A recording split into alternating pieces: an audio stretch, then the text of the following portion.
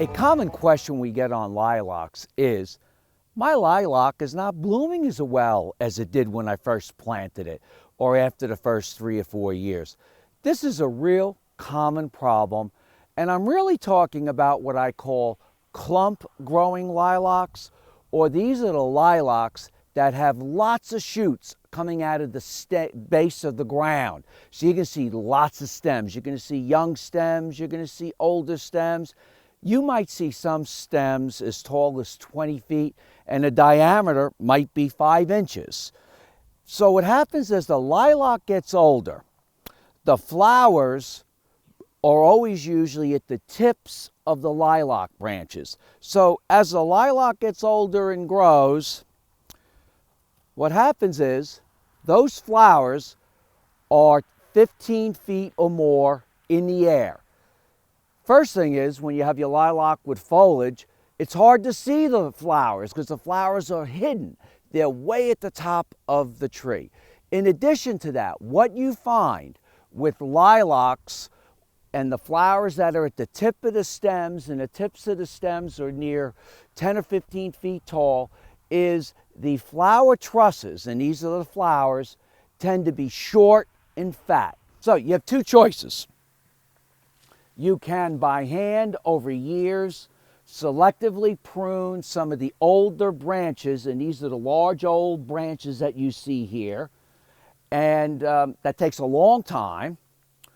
Or you can go in one time and rejuvenate your lilac. And, you know, if I had to pick a time, it would be right before flowering, but some of us want to enjoy the flowers, so we could do it after they flower. So you have February, March, April, May, and if they finish flowering at the end of May, you can also cut them then. But ideally, I like to do it right before growth starts. And what you're going to do is you're going to go in and severely cut this lilac. You want to retain, and if you look at the base of this, you're going to see lots of young shoots coming up from the base. That is what you want. As always, when using any kind of equipment, power equipment or hand shears, always be prepared in a safe manner with what you're doing.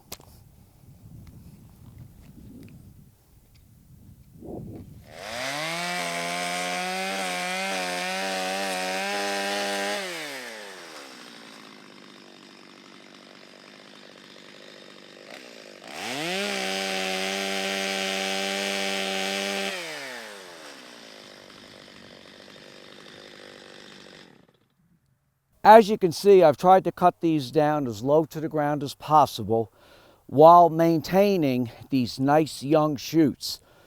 Keep in mind the fact that I've cut away 99% of this shrub. There's going to be a lot of shoots coming up year after year. So you want to thin those out every so often, each year.